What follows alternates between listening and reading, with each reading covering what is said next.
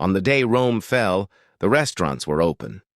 The chariot races were running on schedule. The Senate was debating a new grain subsidy. Children were playing in the streets of a city that had stood for 1,200 years. No one sent a warning. No alarm rang across the 7 hills. The last Roman emperor, a 16-year-old boy named Romulus, did not die in battle. He was simply told to go home, given a pension, and forgotten. The greatest empire in human history did not end with a bang. It ended with a shrug. And here is the fact that should stop you cold. Every empire that has ever existed, Rome, Britain, America, has died in the exact same 5 stages, in the exact same order, driven by the exact same financial mechanisms, without a single exception in 3,000 years of recorded history. The stages are not a theory. They are a pattern so precise that financial historians use them as a diagnostic tool, the way a doctor uses symptoms to identify a disease. Rome completed all 5 stages. Britain completed all 5 stages. America, by the same measurements, using the same indicators, has already entered stage 4. This is not a political statement. Politics is the noise at the surface. This is about the water beneath, and how deep the crack already runs.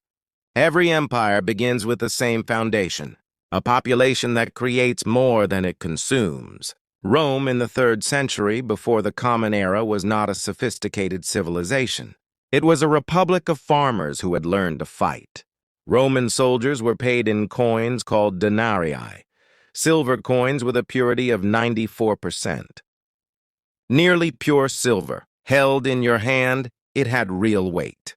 That weight was not symbolic. It was the entire economic philosophy of the early Roman Republic expressed in metal.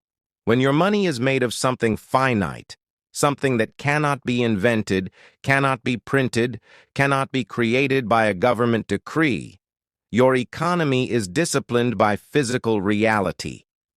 You cannot spend what does not exist. The mathematics are brutal and simple. Britain, in the year 1600, operated by the same principle.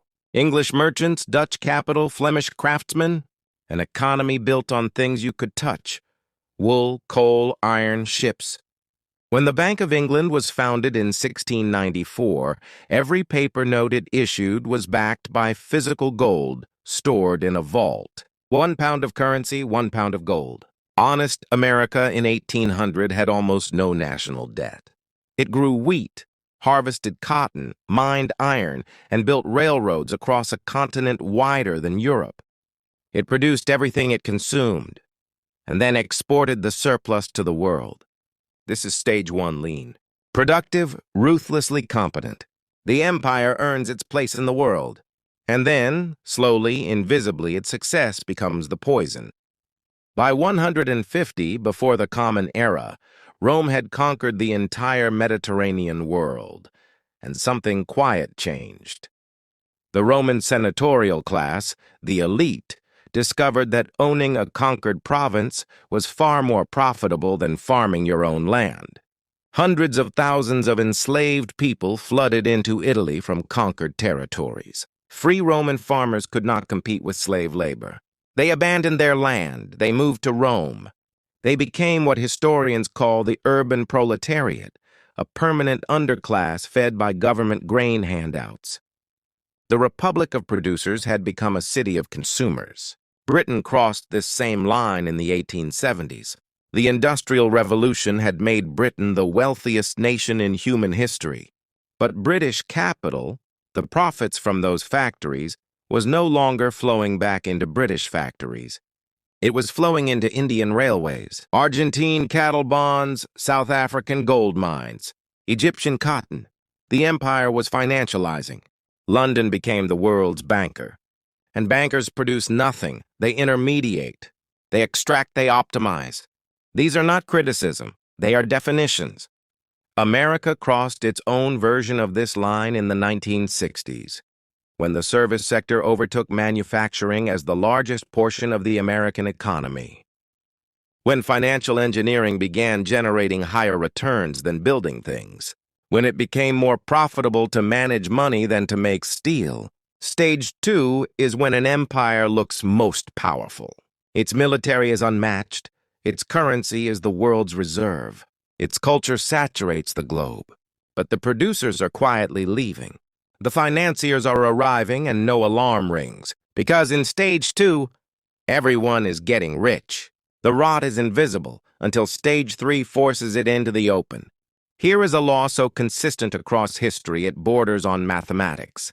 Every empire at the peak of its power dramatically expands its military commitments, not because threats increase, but because the empire now has more to protect, more to manage, more enemies created by its own dominance.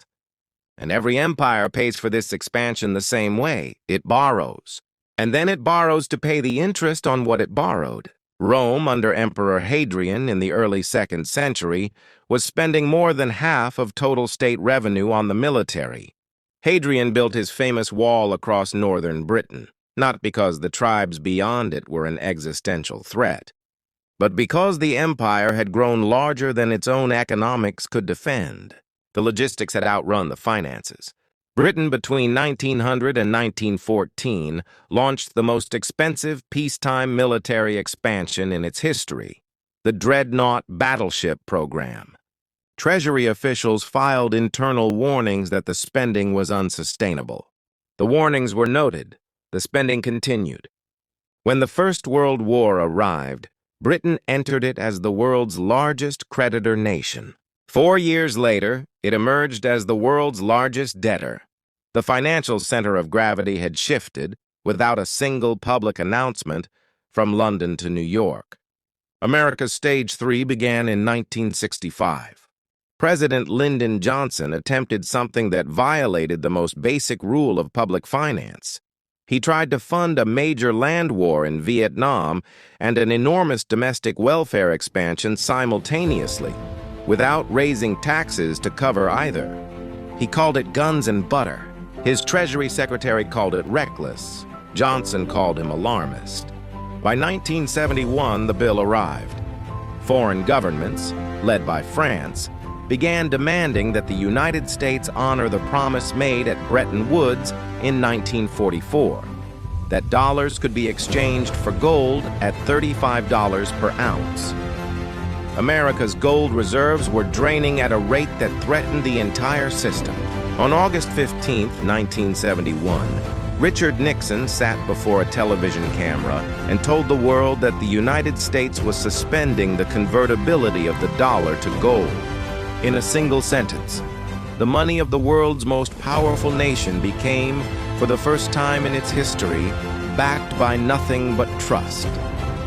In Rome, this moment had happened before, under Emperor Nero. Nero reduced the silver content of the denarius from 94% to 90%. A small reduction, barely noticeable. His successors continued and continued. By the reign of the Emperor Gallienus in the 260s, the denarius contained less than 2% silver. It was a bronze coin with a silver wash so thin it wore off in your hands. The Roman citizen who held a denarius in 260 could see with his own eyes that it was not silver. But he had no choice. It was the only money that existed. Nixon's dollar and Nero's denarius are separated by 2,000 years. The mechanism is identical. Now, stop, because everything you have heard so far, the debasement, the overextension, the debt, other channels have covered this. Ray Dalio has covered this. Cold Fusion has covered this. Here is what they have not covered. There is a specific moment, identifiable, datable, measurable, that occurs in every empire between 15 and 20 years before its terminal decline. A moment that, in hindsight, marks the point of no return. That moment is not the debt crisis, not the military defeat, not the political collapse. It is the moment the empire becomes financially dependent on its primary rival. In Rome, it was the 3rd century when the eastern grain-producing provinces, Egypt, Syria, North Africa, became so essential to feeding the city of Rome that the emperors in the West could no longer make independent military or economic decisions without risking the grain supply. Rome was dependent on the East. When the empire split in 395, the West did not fall because it was militarily weak. It fell because it had surrendered economic sovereignty decades earlier. In Britain, the dependency moment was 1914. Specifically, the month of August 1914, when Britain entered the First World War and immediately approached the American bank J.P. Morgan for a line of credit to finance the campaign. The request was granted. Britain had, in that transaction, accepted American financial conditions on British foreign policy. The relationship would never again be equal. The proof came 42 years later.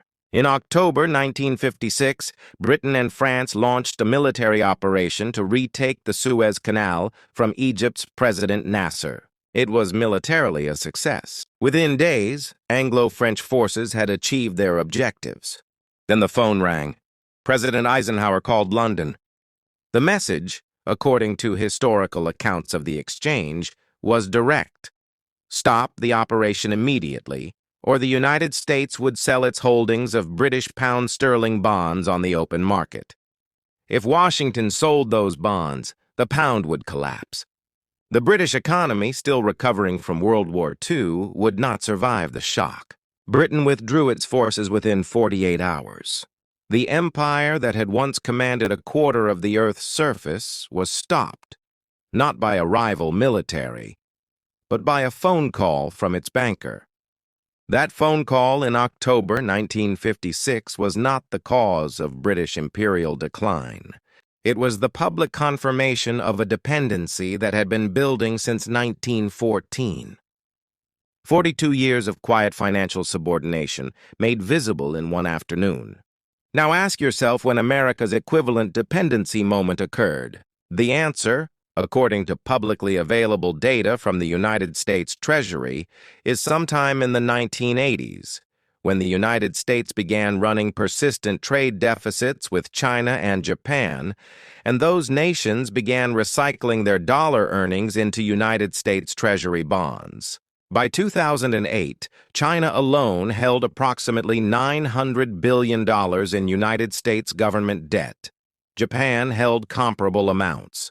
These holdings gave Beijing and Tokyo a structural lever over American interest rates, American borrowing costs, and therefore American economic policy. America had become dependent on its primary strategic rivals to finance its own government. The Romans called it the grain dependency. The British called it the war loan. America calls it the bond market. The name changes, the trap does not. Stage 5 does not look like collapse. That is the cruelest part. It looks like normalcy. It looks like managed decline.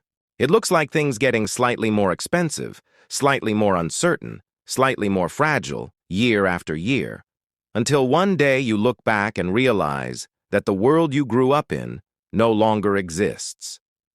And you cannot identify the exact moment it ended. Rome's Stage 5 lasted 200 years. 2 centuries of slow contraction, provinces abandoned, trade routes closed, cities emptied, before the formal end in 476. Britain's Stage 5 began in 1945 and is, by most measures, still ongoing. The empire was dismantled piece by piece over 3 decades. But the institutions that made Britain powerful, the legal frameworks, the financial networks, the City of London, the English language itself as the global standard, these did not disappear with the empire. They adapted, they persisted. In some cases, they still dominate. The terminal signal, in every case, is the same. The moment a nation must borrow money simply to pay the interest on the money it previously borrowed, the mathematics become irreversible. No reform, no policy. No election can fix compound interest running in the wrong direction. The only exits are default, restructuring, or currency collapse. According to the Congressional Budget Office's own projections, the United States is approaching the point where interest payments will consume a structurally unsustainable share of federal revenue within this decade. These are not opposition estimates. These are the government's own numbers. Meanwhile, the International Monetary Fund's published data shows that the dollar's share of global foreign exchange reserves has declined from approximately 71% in 2000 to approximately 58% in recent years. A 13 percentage point decline over 2 decades. Slow measured. Percentages compound. Rome's last generation did not know they were Rome's last generation. They woke up every morning in the greatest city on earth. They paid their taxes. They trusted the coins in their hands. They believed the walls around them were permanent, because the walls had always been there. They were not stupid, they were not weak. They simply made the mistake that every generation inside a dying empire makes. They confused what had always been with what would always be. Here is what this video cannot give you. Cannot give you a date. Cannot give you a name. Cannot tell you with certainty where America sits on this cycle, because history is not a clock. It is a pattern, and patterns can accelerate, or slow, or occasionally, rarely against enormous odds, be interrupted by a generation that chooses to see clearly when clarity is uncomfortable. But here is what history can tell you. With absolute consistency across 3,000 years, the people who survived imperial collapses not just survived but emerged with their lives and wealth intact, were not the ones who believed hardest in the system. They were the ones who understood the system clearly enough to see when it was changing. The Roman senators who converted their currency into land. The British financiers who moved their capital into dollar-denominated assets before the pound fell. They were not traitors to their empires. They were simply paying attention while everyone else was watching the chariot races. The question this video leaves you with is not about America, it is about you. What are you building your security on? And does it exist only because the system around you says it does? Because systems change, they always have. The clock does not negotiate. It does not offer extensions, and it has never, in 3,000 years of recorded history, made a single exception.